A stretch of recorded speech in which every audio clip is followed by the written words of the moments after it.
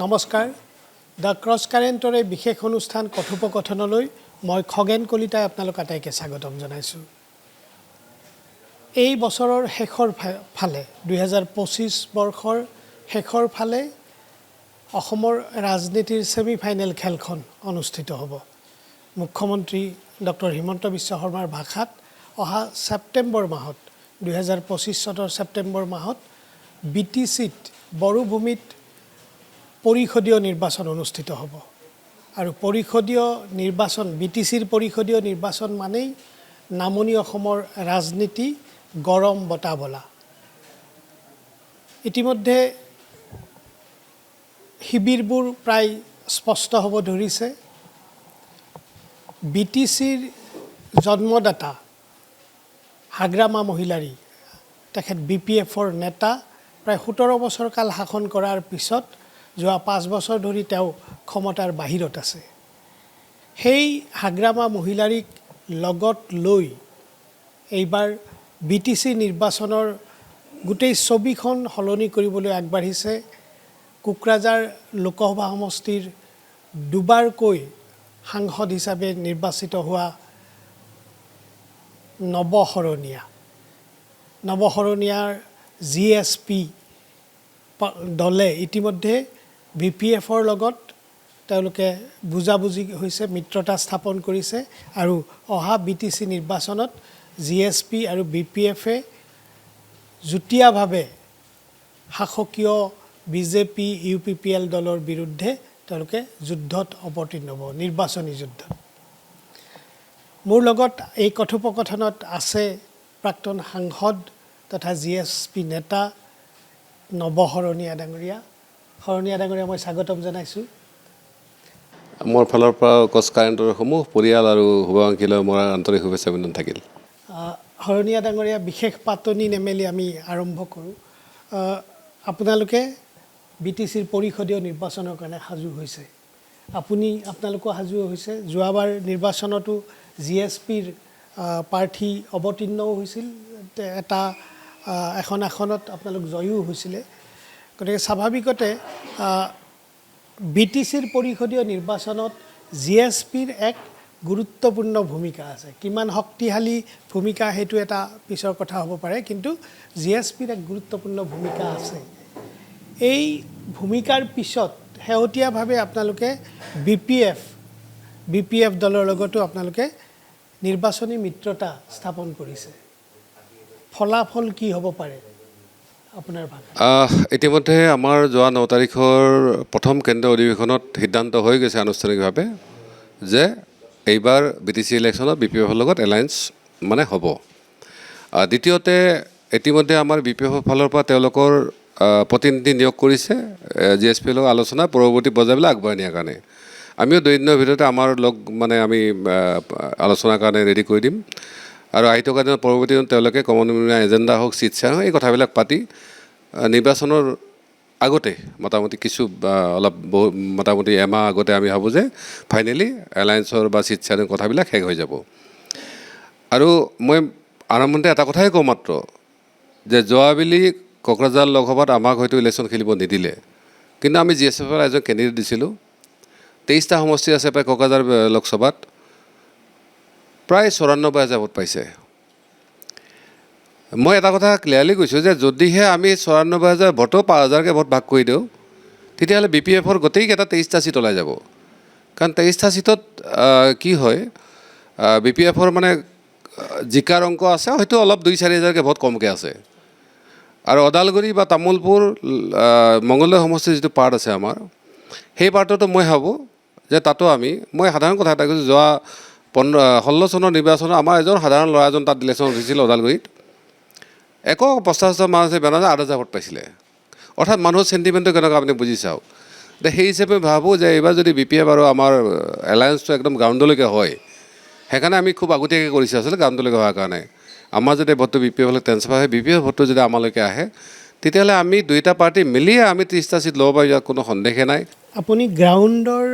যিটো এলায়েন্সৰ কথা কৈছে, সেইটো এটা অত্যন্ত গুৰুত্বপূৰ্ণ দিশ। কাৰণ গ্ৰাউণ্ডৰ এলায়েন্স মানে আপুনি গ্ৰাউণ্ডৰ যি অনুভৱ সাধাৰণ ৰাইজৰ বিগত সময়ছোৱাত আপুনি এই সাধাৰণ ৰাইজৰ প্ৰধানকৈ বড়োৰ শাসকসকলৰ বিৰোধিতাৰেই অবড়ো ৰাইজে আপোনাক সাংসদ বনাইছে বা পৰৱৰ্তী সময়ত আপোনাৰ এটা ৰাজনৈতিক স্থিতি তাতে দিছে। আপুনি ভাবেনে যে BPFৰ লগত আপোনালোকৰ মিত্ৰতা GSPৰ মিত্ৰতাৰ পিছত একেবাৰে তৃণমূল পৰ্যায়ত এই মিত্ৰতাটো কাৰ্য মানে ফলপ্ৰসূ হ'ব?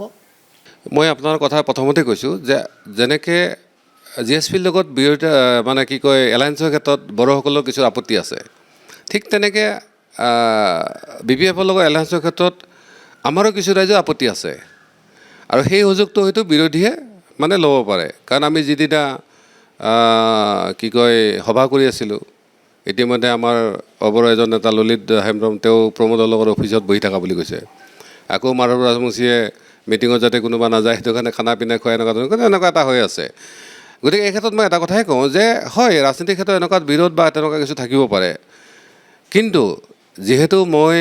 বিগত সময়খিনিত আলফা সময়খিনিত মই সেই অঞ্চলবিলাকতে আছিলোঁ, ৰাইজৰ লগত এটা সুমধুৰ সম্পৰ্ক নহয়, আমাৰ এটা আত্মীয় সম্পৰ্ক আছে, পৰিয়াল ৰিলেশ্যন আছে। সেই মানুহখিনিয়ে আমাক এই কথাটো কৈছিল যে ছাৰ এইবাৰ কিন্তু অকলে ইলেকশ্যন খেলিব নালাগে, কাৰণ অকলে ইলেকশ্যন খেলে সেই দিনটো নাই আৰু এতিয়া যিহেতু সংঘাত তেনেকৈ নাই, গুলীয়াগুলি নাই, মাৰামাৰি নাই, গতিকে মানুহো এতিয়া অলপ আগৰ নিচিনা আৰু ইম'চনেল হৈ থকা নাই। এতিয়া নিজৰ পেটৰ ভাতৰ কথাও আহিছে। সেইকাৰণে আমাৰ অধিকাৰ মৰ্যাদাৰ লগতে পোৱা নোপোৱাৰ প্ৰশ্নটোলৈ আমি যদি BPFলৈ এলায়েন্স কৰোঁ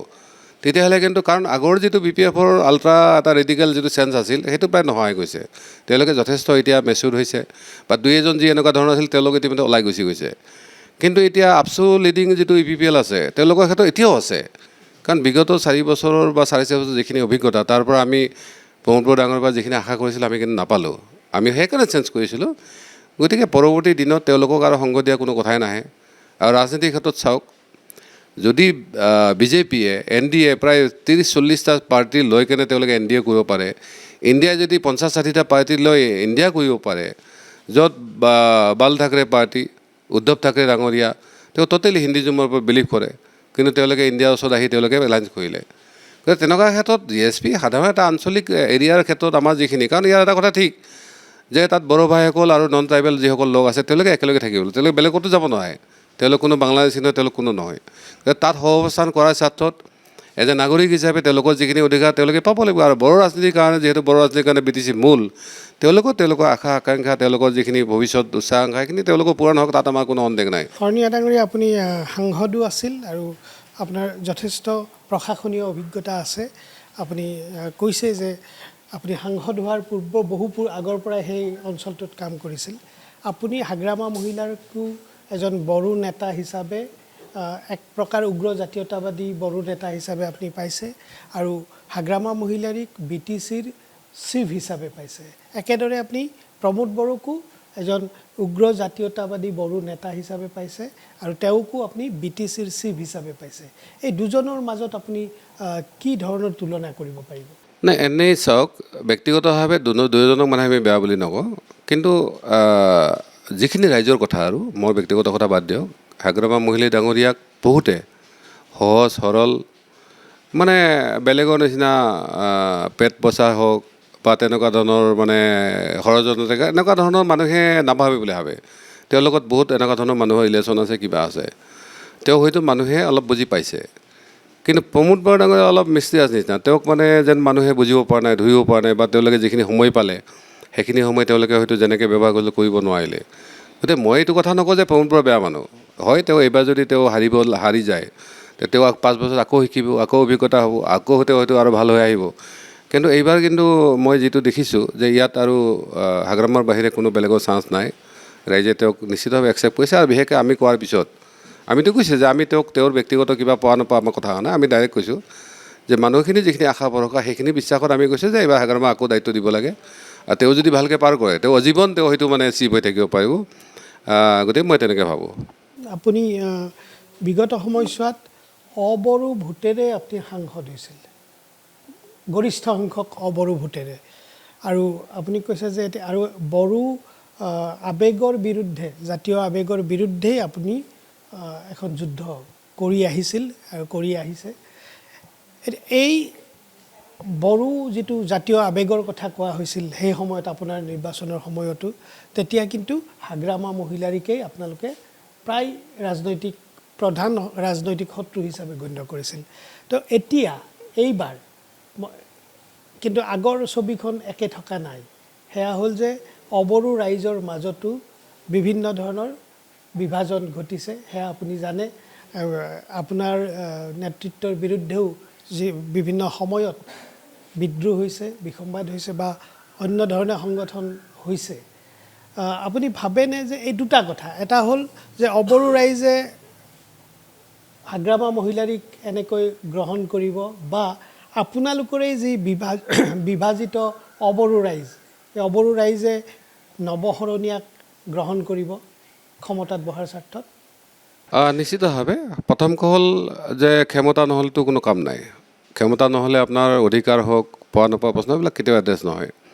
দ্বিতীয়তে আহিল আগৰ কথাটো যে আজি ধৰি লওক আজি আমাৰ প্ৰমোদ ডাঙৰীয়াও কয় যে BTC শান্তি বাট কটীয়া যি 14 চনত আমাৰ মানুহে ক'তো ঘূৰিব পৰা নাছিলে ওলাব পৰা নাছিল ইলেকশ্যন খেলাৰ দূৰৰ কথা সেই সময়ত কিন্তু তেওঁলোকে আমাক ছাপোৰ্ট কৰা নাছিলে সেই সময়ত আমি নিজে আগবাঢ়ি আহি ৰাইজে আমাক আগবঢ়াই দি কেনে ৰাইজে বন্দুকৰ গুলি পাতি লয় বা ইমানখিনি হেৰি পিছত তেওঁলোকে কৰিছিলে অল ক্ৰেডিট গ'জ টু পিপল ঠিক আছে ইয়াৰ কোনো নৱশৰণীয়া হাগ্ৰামা বা প্ৰমোদ বড়ো বা ৰাজত্ব নাযায় গতিকে হয়তো সেই সময়ত আমি আগবাঢ়ি আহিছিলোঁ আৰু যদি আমি BTCত শান্তিৰ বাট কটীয়া বোলে আমি হাগ্ৰামা বুলি ক'ব লাগিব কাৰণ BTC একৰ্ড নোহোৱা হ'লে হয়তো আজি পৰিস্থিতি নহ'লহেঁতেন আকৌ বড়োলেণ্ডৰ নামৰ আৰু হাজাৰ শ্বহীদ হ'লহেঁতেন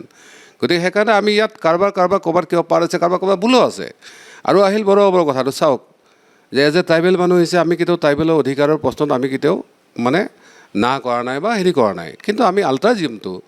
মই বাৰ কৈছোঁ যে বন্দুকৰ হ'লনে আপোনালোকে বেলেগত আহক তাত নৱশৰণীয়া হাৰালেও ক'ব নোৱাৰে যোৱাবাৰ আমি বেয়া পাইছোঁ এইকাৰণে প্ৰমোদ বড়ো ডাঙৰীয়াই কৈ দিছে যে নৱশৰণীয়া ইলেকশ্যন খেলিব নোৱাৰিলে কাৰণ তেওঁলোকে ষড়যন্ত্ৰকে আমাৰ ইলেকশ্যনে খেলিব নিদিলে ইলেকশ্যন খেলাৰ পিছত হাৰা পাৰিলে ক্ৰেডিটটো তেওঁলোকৰ গ'লহেঁতেন তেনেকুৱা ক্ষেত্ৰত এতিয়া চাওক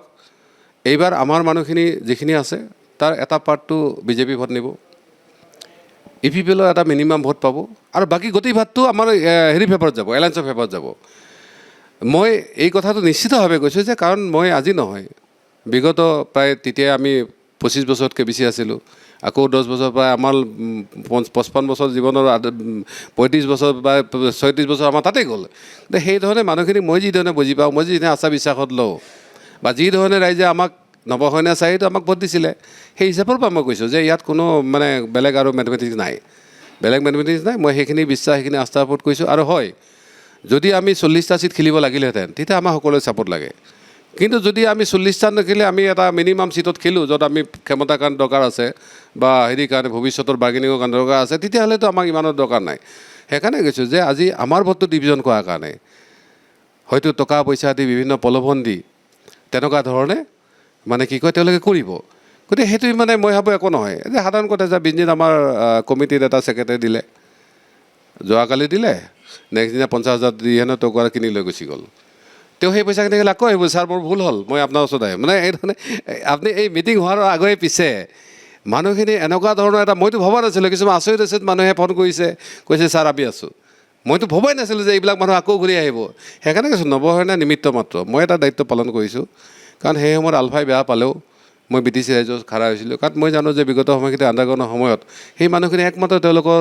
সুৰক্ষাৰ স্বাৰ্থত মোক আশ্ৰয় দিছিলে আমাৰ ল'ৰাখিনি ৰাখিছিলে ছেক্ৰিফাইচ কৰিছিলে গতিকে সেইখিনি মানুহৰ ওচৰত মই সদায় আছোঁ সদায় থাকিম আৰু যিসকল বড়ো ৰাজনীতিৰ যিসকলে আমালৈ কৈ আছে নৱশৰণীয়া আগতেও আজিও আৰু ভৱিষ্যতেও কোনো ট্ৰাইবেলৰ এগেইনষ্টে বা আদিবাসী এগেইনষ্টে কোনোদিন নাযায় এইটো নিশ্চিন্ত থাকক ভাৰতবৰ্ষৰ বিভিন্ন প্ৰান্তত মই আদিবাসী অধিকাৰৰ কাৰণেই মই লাগি আছোঁ ঠিক আছে গতিকে তেনেকুৱা ক্ষেত্ৰত নৱশৰণীয়াৰ ক্ষেত্ৰত ক'ৰবাত মিছ মেছেজ কিবা এনেকুৱা ধৰণৰ দিব পাৰে সেইটো মই ভাবোঁ একো এফেক্ট নহয় আৰু ৰাইজ সঁচাকৈ মই ধন্যবাদ দিওঁ কোকৰাঝাৰৰ ৰাইজক যে দুবাৰকৈ আমাৰ নিচিনা সাধাৰণ মানুহ এটা সাংসদ বনাইছে এইটো ভাই কম কথা নহয় ভগৱানেও দিব নোৱাৰে যিটো ৰাইজে দিছে আমাক গতিকে মোৰ ৰাইজৰ বাবে বিশ্বাস আছে আৰু থাকিব নৱশৰণীয়াই ইতিমধ্যে বড়ো ভূমিৰ ৰাজনীতিক এটা নতুন মাত্ৰা প্ৰদান কৰিবলৈ তেখেত সক্ৰিয় হৈছে তেখেত দুটা কাৰ্যকালৰ বাবে সাংসদ আছিলে কোকৰাঝাৰ লোকসভা সমষ্টিৰ পৰৱৰ্তী সময়ত যি কাৰণতেই নহওক তেখেতে নিৰ্বাচনত প্ৰতিদ্বন্দ্বিতা আগবঢ়াব নোৱাৰিলে কিন্তু শেহতীয়াভাৱে BTCৰ পৰিষদীয় নিৰ্বাচনত তেখেতে BPF-ৰ হাগ্ৰামা মহিলাৰীৰ সৈতে লগ হৈ